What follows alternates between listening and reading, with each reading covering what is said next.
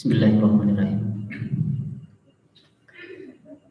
Assalamualaikum warahmatullahi wabarakatuh.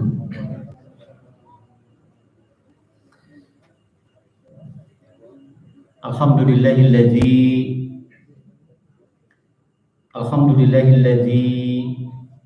anzala al-Qur'ana tanzila liyakuna lil alamin nadhira.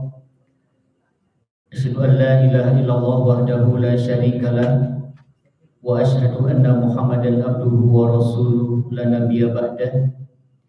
Allahumma shalli ala Muhammad wa ali Muhammad waj'alna min umurina faraja wa makhraja warzuqna min haitsu nahtasib wa min haitsu la nahtasib.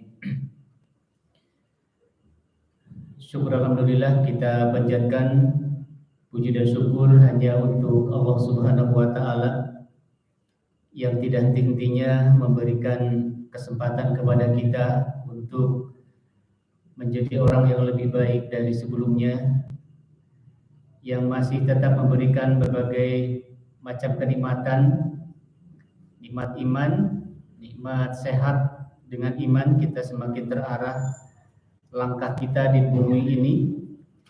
Kemudian dengan sehat kita masih bisa melaksanakan kewajiban kita sebagai seorang muslim dan kewajiban kita sebagai manusia. Bapak dan Ibu sekalian yang dimuliakan oleh Allah Subhanahu wa taala, tentunya berbicara memaknai Lailatul Qadar, bahwa yang perlu kita pahami, Lailatul Qadar ini ada di dalam Al-Quran. Akidah kita, setiap yang ada di dalam Al-Quran, dan Al-Quran ini adalah kalamullah, pasti bukan main-main, bukan berita bohong, bukan hal-hal yang harus kita kritisi, tetapi berbicara Al-Quran, yang ada di dalam Al-Quran ini berbicara tentang sesuatu yang benar. Setiap yang ada di dalam Al-Quran. Bahkan Lailatul Qadar ini adalah diabadikan di dalam surah Al-Qadar. Saya coba bacakan terlebih dahulu. A'udzubillahi as-sami'il 'alim minasyaitonir rajim. Bismillahirrahmanirrahim. Inna anzalnahu fi lailatul qadr. Sesungguhnya kami telah menurunkan Al-Quran pada malam kemuliaan. Wa ma adraka ma lailatul qadr. Dan tahukah kamu apakah malam kemuliaan itu? Allah bertanya dan Allah menjawab, Lailatul Qadr khairum min alfi syahr. Malam kemuliaan itu lebih baik dari 1000 bulan. Allah yang bertanya, Allah yang menjawab. Tanazzalul malaikatu warruh fiha bi'izni rabbihim min kulli amr. Pada malam itu turun malaikat-malaikat dan malaikat Jibril dengan izin Tuhannya untuk mengatur segala urusan. Salamun hiya hatta matla'il fajr. Malam itu penuh kesejahteraan sampai terbit fajar. Ini dalil yang menguatkan tentang Lailatul Qadar. Keimanan kita yakin bahwa Lailatul Qadar, malam kemuliaan, akan terjadi pada bulan Ramadan.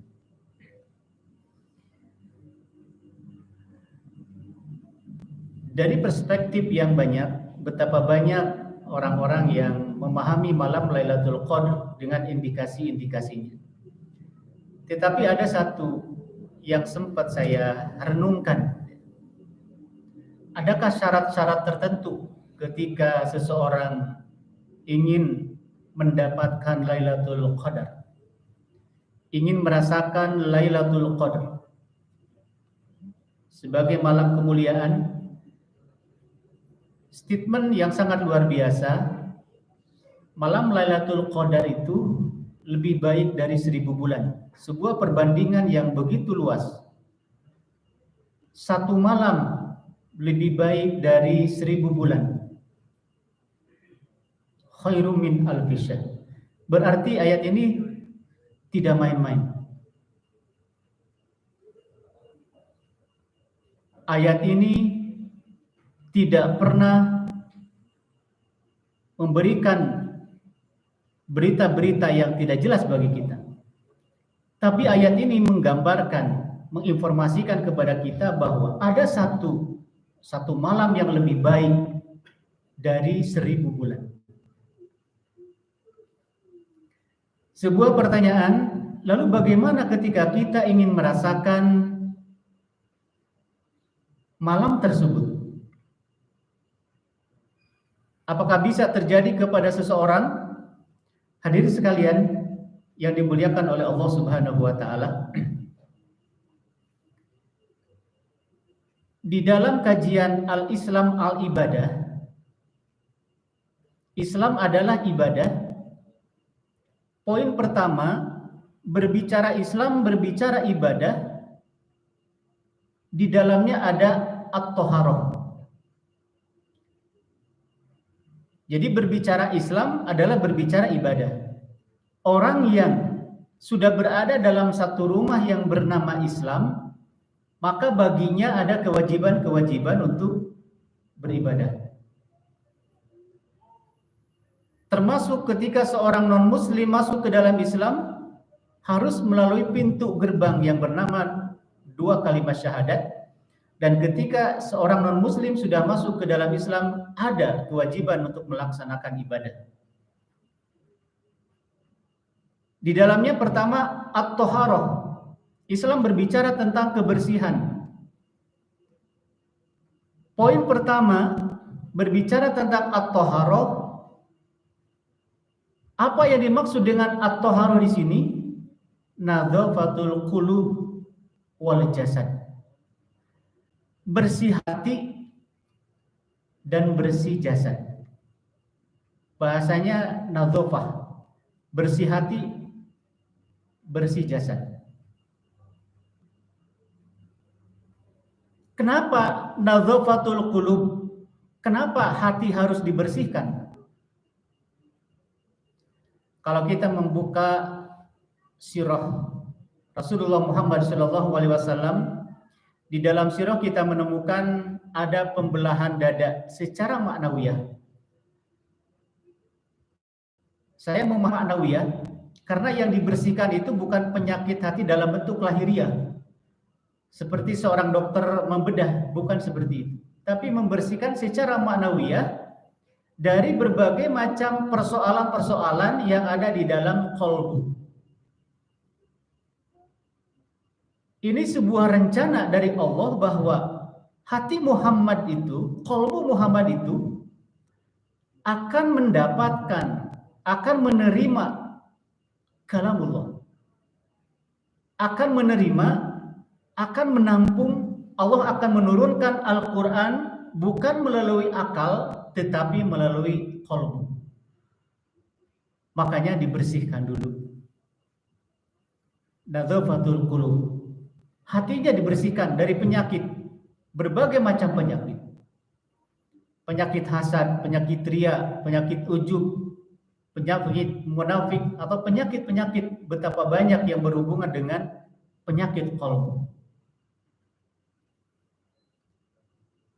Maka Al-Quran diterima oleh Rasulullah melalui qalbu. Ini menjadi isyarat bagi kita. Menjadi isyarat dari apa yang terjadi kepada Rasulullah SAW, pembedahan dada secara maknawiyah, mengambil berbagai macam, membersihkan penyakit-penyakit yang ada di dalam qalbu, bahwa Allah akan menurunkan Al-Quran melalui qalbu.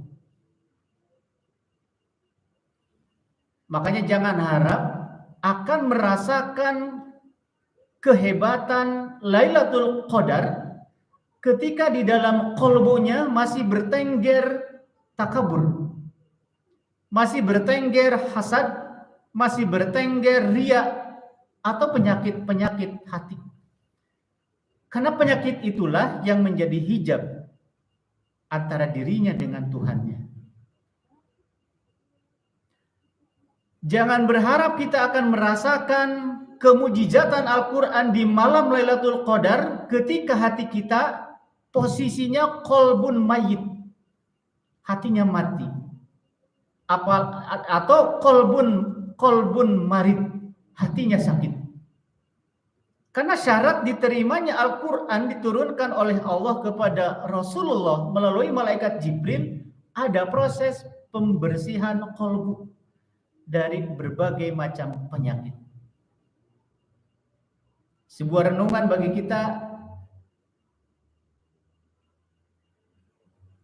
ketika seseorang merenung, kenapa kok saya ini tidak faham-faham terhadap Al-Quran? Bisa jadi selama ini kita terlalu mengedepankan kekuatan intelektual di dalam memahami Al-Quran tanpa melibatkan qalbu. Jadi yang harus dibersihkan dulu bukan akalnya, tetapi qalbunya. Karena Al-Quran diturunkan melalui qalbu yang salim, hati yang bersih dari berbagai macam penyakit.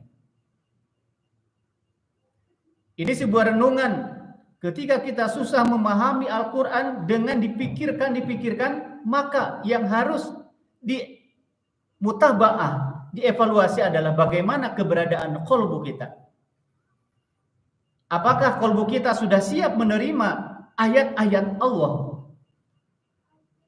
Apakah qalbu kita sudah siap menerima makna-makna yang ada di dalam Al-Quran? Karena Allah akan memberikan cahaya terhadap qalbu yang bersih, bahkan dia akan diberikan pemahaman Al-Quran yang mungkin di luar apa yang dipikirkan oleh manusia.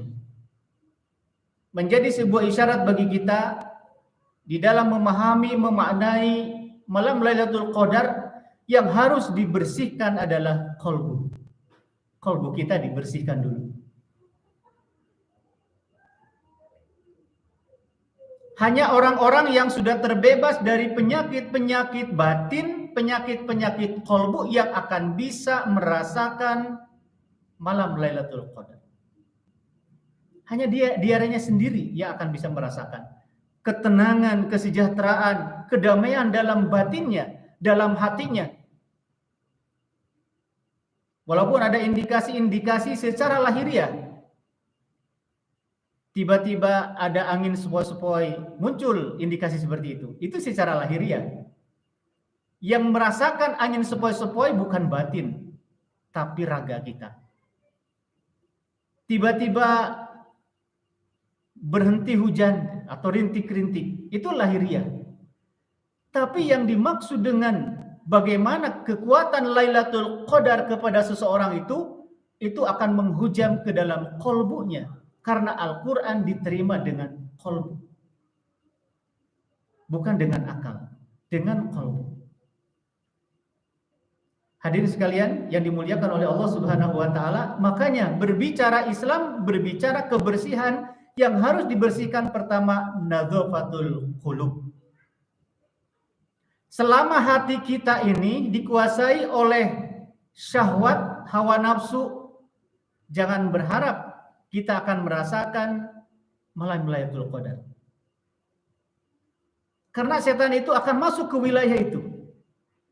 Di dalam hati kita ada syahwat, ada hawa nafsu, ada nafas. Yang harus diselamatkan adalah nafas. Nafas ini yang pernah berdialog dengan Rabb. Syahwat dan hawa nafsu tidak pernah berdialog.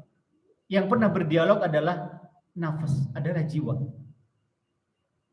Ketika syahwat dan hawa nafsu dikendalikan oleh jiwa, sehingga di situ melahirkan nafsul mutmainnah. Jiwa-jiwa yang tenang itu adalah jiwa-jiwa yang mengendalikan hati sehingga melahirkan qalbu yang salim, dan antara qalbu dan jiwa sudah klop, maka dia akan merasakan kehebatan malam Lailatul Qadar. Jadi sangat mungkin menjadi bahan renungan bagi kita. Syarat kita akan ingin merasakan malam Lailatul Qadar mari kita sama-sama melihat lebih dalam ke dalam diri kita, bagaimana kondisi hati kita, apakah sudah siap menerima malam Lailatul Qadar atau belum. Seperti yang disampaikan oleh Pak Haji tadi, jangan kita memilih-milih. Kan dulu ketika saya di kampung ada doktrin malam ganjil.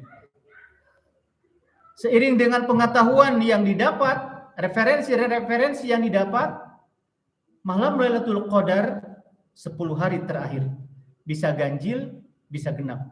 Tapi yang sangat urgent bagi kita saat ini, mari kita sama-sama nadzafatul qulub terlebih dahulu. Kita hempaskan penyakit-penyakit kolbu, hasad, riya, takabur, atau penyakit-penyakit yang lainnya. Baru setelah itu berbicara tentang nadzafatul qulub wal jasad. Jasad ini hanya casing saja. Jasad kita, raga kita ini hanya casing. Ada kalanya kita sibuk dengan casingnya. Sibuk dengan raga, sibuk dengan jasad, sementara kolbunya dibiarkan begitu saja. Padahal kolbu ini adalah yang mampu mengendalikan. Kolbu inilah yang siap menerima pemahaman-pemahaman yang ada di dalam Al-Quran. Nadzafatul qulub wal jasad, membersihkan hati dan jasad. Bahasa jasadiyah itu bahasanya tarbiyatul jasadiyah. Bahasa tazkiyah, mensucikan. Ketika nafas kita suci adalah nafas yang mampu mengendalikan kolbu. Kolbu adalah mengendalikan langkah kita. Jika kolbu ini selamat, maka perjalanan hidupnya pun dia akan selamat. Karena dikendalikan oleh raja yang berada di dalam diri kita. Kolbu ini kita mencoba menghilangkan penyakit-penyakit kolbu yang ada di dalam kolbu setiap kita. Dan kita mempersiapkan untuk menerima bagaimana dahsyatnya Lailatul Qadar, sebagaimana Allah mempersiapkan Rasulullah SAW membersihkan hati, membersihkan kolbu secara ma'nawiyah. Hadirin sekalian, hati kita yang bersih pasti insya Allah akan siap menerima malam Lailatul Qadar. Mudah-mudahan beberapa hari lagi ke depan kita akan Al-Quran dicantumkan, berarti itu tidak main-main. Allah Maha mengetahui, innallaha alimun bidatis sudur. Allah Maha mengetahui apa yang ada di dalam sudur-sudur kita. Mudah-mudahan secara ma'nawiyah kita sudah siap untuk menggapai malam Lailatul Qadar ini dan senantiasa kita diberikan bimbingan oleh Allah Subhanahu wa taala.